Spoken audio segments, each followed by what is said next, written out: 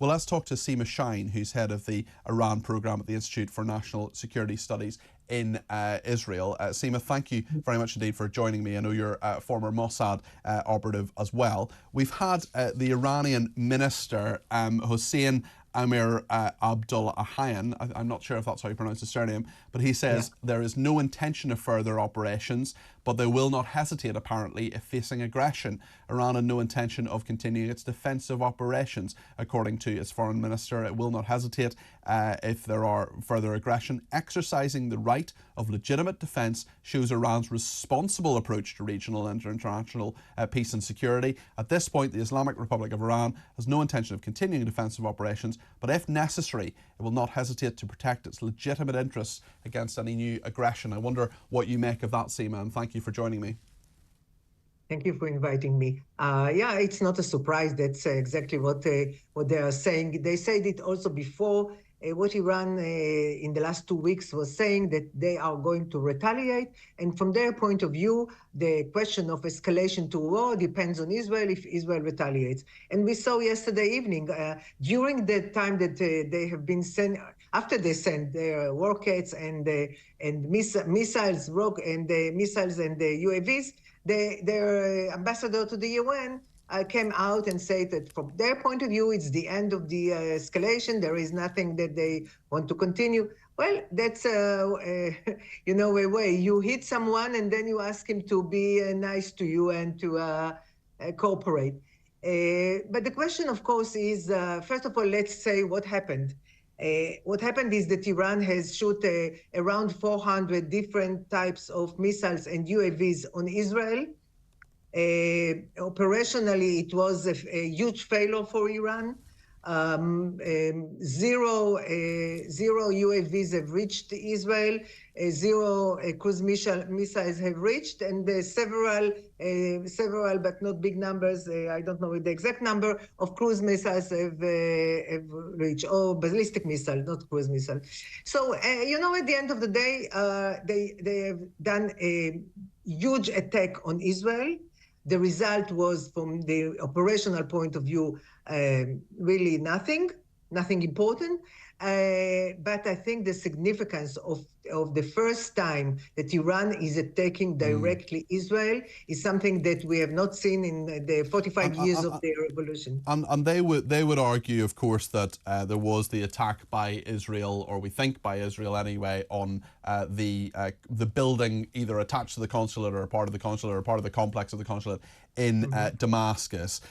Now, it's interesting you mentioned that point, and I want to get into this about, and you're the expert on Iran, in terms of why Iran has done this themselves, because we know through Hamas, through Hezbollah, through Houthi rebels, for example, through Syrian proxies, they have attacked Israel previously. What is your assessment as an expert in Iran as to why they have chosen to do this themselves, and indeed so openly?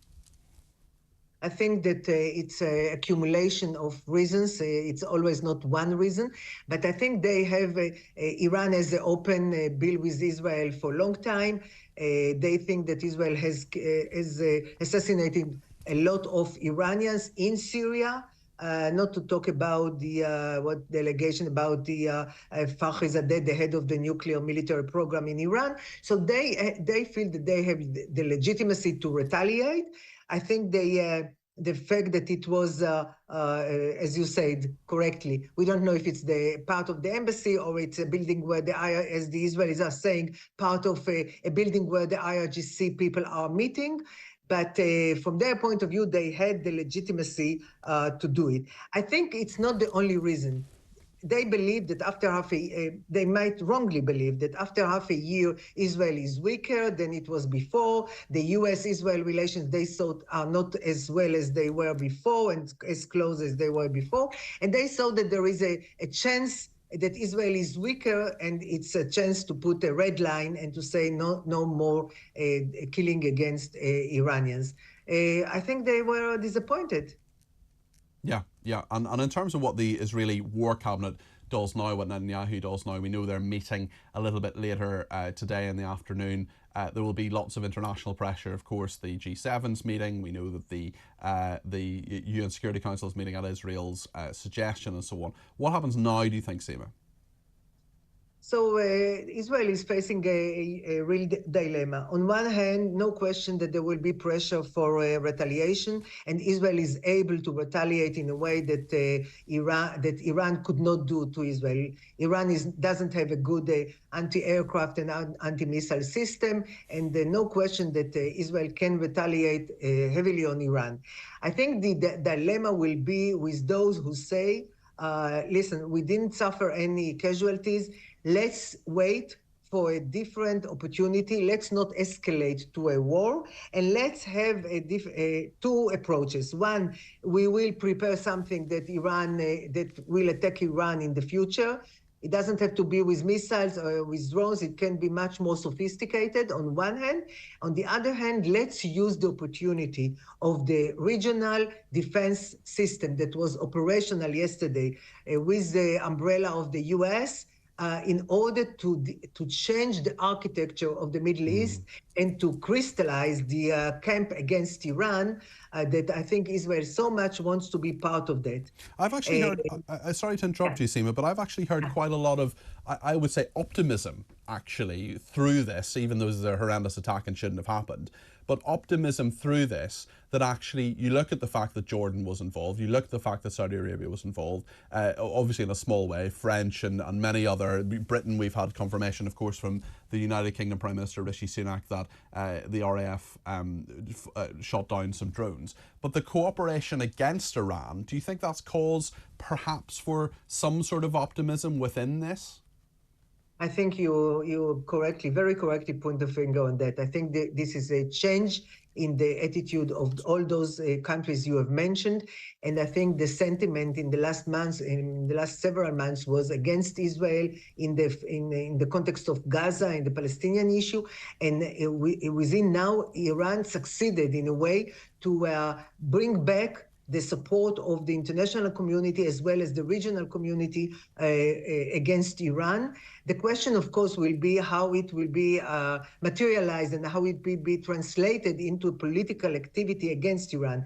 Because at the end of the day, what bothers Israel and the whole international community is the nuclear program. And Iran, as long as we are speaking and as the war in Gaza goes on, Iran is enhancing its nuclear program. And I do hope that this situation that we saw yesterday, how Iran is willing to use its force against Israel, but 3 years ago or 4 years ago, it was against Saudi Arabia when they attacked the Aramco facilities in Saudi Arabia. And this is something that should be a very important aim of the international community. Prevent Iran from having nuclear capability. They act as they acted yesterday without nuclear capability. How they will act once they have it. I just want to play you a clip now. This is from the Prime Minister of the United Kingdom. He's been speaking the last few minutes. Rishi Sunak has been talking about the UK's role. Of course, we're fascinated by that here in the UK. And I'll get your reaction to it in a second, Seema. We're just going to play this clip from Rishi Sunak speaking in the last few minutes. This was a dangerous and unnecessary escalation, which I've condemned in the strongest terms. Thanks to an international coordinated effort which the United Kingdom participated in, almost all of these missiles were intercepted, saving lives not just in Israel but in neighbouring countries like Jordan as well. The RAF sent additional planes to the region as part of our existing operations to counter Daesh in Iraq and Syria. I can confirm that our planes did shoot down a number of Iranian attack drones. I don't want to pay tribute to the bravery and professionalism of our pilots flying into the face of danger to protect civilians. Rishi Sunak talking there about the very brave role that pilots within the RAF have played within this. How helpful has Britain been to Israel as an ally in the last little while? Because obviously the last 24 hours have been crucial, and Rishi Sunak rightly talking about our brave airmen and women there. But certainly over the last few weeks, in regard to the war in Gaza, Seema, that has been, and selling weapons and so on, there's been, the support originally from the 7th of October has waned slightly. Yeah, that's first of all, I think Britain is a very strong and an important ally of Israel. No question about that. This is going for years. and within this administration now in London, it's very, very crucial and important for Israel. And I think Israel, I don't know if the Prime Minister our Prime Minister has been speaking already, but no question that we have to thank to the British support and being part of the coalition yesterday. You are correctly saying that we had differences on the issue of Gaza. I understand that there is a pressure on from pictures coming from Gaza. I remember that at the beginning of the war there was a major support of the British government for Israel. I do think, because for many reasons, that Israel should come to terms with the international community and make sure that we have a plan, roadmap to ending the war in a proper short time. Do you think one exists at the moment, Seema? Do you think there is a strategy from Netanyahu? There is I don't know what will be decided in the cabinet in an hour from now. Sure, but in terms of Gaza, do you think there is a clear exit strategy from I mean, it just can't go on forever. He wants to eradicate Hamas. I'm on board with him with that. But there has been this huge loss of civilian life, which is causing a lot of international pressure, slightly aside from the last 24 hours where I think the world is more united with Israel. Yeah, I agree with you. I think that I know that there is a lot of information coming out from Gaza that is not accurate, but still there are a lot of casualties, no question about that.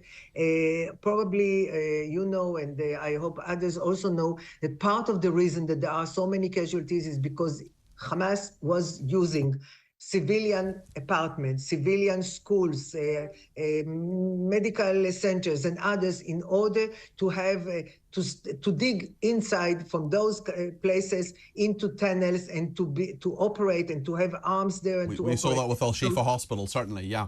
Exactly. So really, unfortunately, I'm so sorry that so many people have been innocent people. There is a debate whether they are innocent if they allow the Hamas to dig in from their houses into tunnels. But I still think that I suppose what option do they have when Hamas are so dominant in the area? How much of an opinion, how much of a say do they have? But you're absolutely right there in terms of the operation of Hamas and how it's using people's deaths and those civilian casualties as a propaganda victory. I just want to ask you about what the former ambassador to Iran, Sir Richard Dalton, he has told. We have a sister station, Times Radio.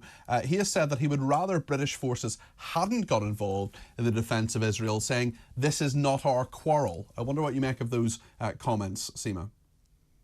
I think this is a very short-sighted way of looking on the event. I think Iran is part of a huge problem of the UK. It supports Russia with UAVs and missiles, and enables Russia to prolong the war in Ukraine. Looking on Iran only in the context of Israel is a very, very narrow way of looking on the issue. Iran is part of the camp of Russia, China, North Korea. It is supporting Russia. It is, and not only that, Iran is the one who is attacking Saudi Arabia in 2019. It is strengthening other countries in the Gulf. I mean, how can someone look on Iran only within the context of Israel? It is the problem of Europe, and it is the problem of the US, and it is a problem of the international community, that Iran is striving to get a nuclear capability, that Iran is threatening, that Iran is killing its own opposition people. Yep. How can someone from London say, after the stabbing of the reporter, the journalist from Iran International? I mean, who doesn't see Iran as a international and regional destabilizing factor? Listen, thank you so much, Seema. The interview I always want to do with people like you is about the stuff you can never tell me, which is about your past in Mossad. But listen, thank you very much. Really, really interesting insight there. That's Seema Shine there, who's head of the Iran program at the Institute for National Security Studies. That is in Israel. She's an expert on Iran, and she was reacting to that news that Sir Richard Dalton, the British ambassador to Iran, former British ambassador to Iran, I should say, said that he would rather British forces hadn't got involved, and that this is not our quarrel.